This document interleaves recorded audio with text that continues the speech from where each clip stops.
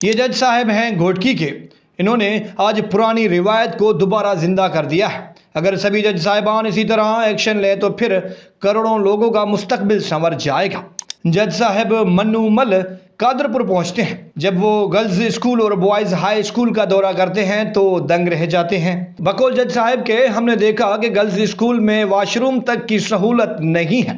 Lady teacher 3 سال سے گھر بیٹھ کر تنخواہ لے رہی ہے. کسی کو کوئی پرواہ ہی نہیں ہے. آپ ذرا 2 سیکنڈ کے لیے سوچیں. سرکار تو نااہل ہے ہی، کیا وہاں مقامی افراد اتنے بے حس اور نااہل ہیں کہ اپنے بچوں کے لیے یہ معمولی سہولت کے لیے بھی آواز نہیں اٹھا سکتے؟ قصور صرف سرکار کا نہیں ہوتا. ہم لوگ اپنے مسائل کی نشاندہی نہیں کرتے، ڈرتے ہیں کہ کہیں کوئی ناراض نہ ہو جائے. سر سے دوپٹہ اتر جائے تو چلا اٹھتے ہیں، لیکن اسکول میں سینکڑوں بچوں کے لیے واش روم کی سہولت موجود نہ ہو تو خاموش ہو جاتے ہیں. اب ظاہر ہے جج صاحب منو مل کے ساتھ محکمہ تعلیم کے افسران بھی موجود تھے. جج صاحب نے شدید غم و غصے کے عالم میں کہا، یہ سب کیا ہے؟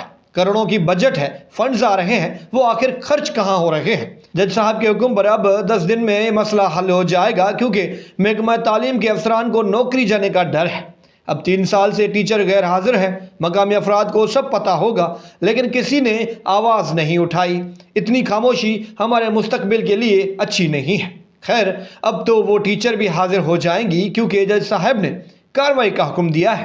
مجھے جج صاحب منو مل کا یہ اقدام اچھا لگا، کیونکہ اس ایک قدم سے قادرپور میں تعلیم کا نظام بہتر ہو جائے گا. کاش سبھی جج صاحبان اسی طرح ہمارے مستقبل کے لیے اقدام کریں. اور ہاں، ہمیں بھی اتنی جرت ہونی چاہیے کہ صحیح کو صحیح اور غلط کو غلط کہنے میں کوئی مسئلہ نہیں ہونا چاہیے.